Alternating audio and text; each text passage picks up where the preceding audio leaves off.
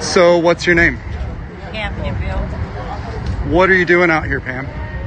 Well, I'd heard what was happening a couple of weeks ago, and I thought, I've got to see it for myself because I don't want to listen to you or media because of January 6th and all the propaganda that got me up there the first time and this propaganda going on.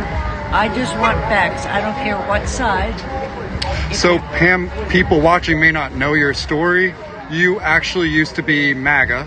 Yes. And you went to the Capitol on January 6th. And you were actually, I think, convicted, but then they offered you the pardon and you said no. I went to prison for 60 days. Yes. And you never took the pardon, right? No, I don't want the pardon. No. So you said that you thought the propaganda from the other side led you to the Capitol, and you were curious what was actually happening on the ground Because here. this propaganda is still going on. Right. So what are your thoughts now that you've been here a while? Well, like I said to everybody I talked to, if it's a violent protest, I'm leaving. I'm not going to be a part of it. Right. I was there on January 6th. I saw that insanity.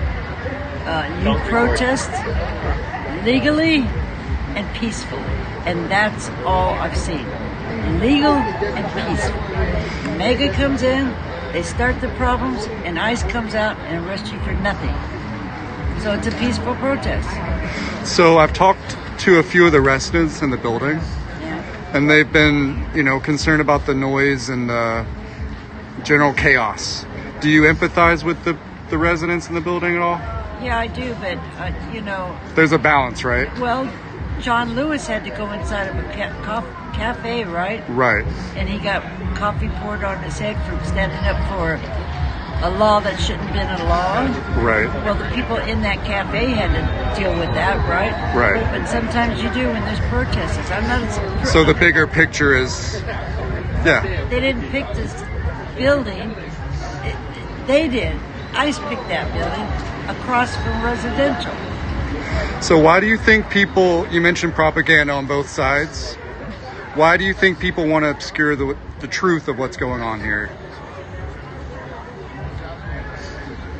Why do people want to? So what's the propaganda about? Project 2025. A year ago, I was telling people what is happening in Project 2025. They're saying they're going to shut down any protests against Trump. If you're pushing against Trump, they're going to shut you down and they'll find a way. So they want to take away your First Amendment rights. Do you think designating Antifa as a terrorist organization is related to that? No, it's not. I'm Antifa.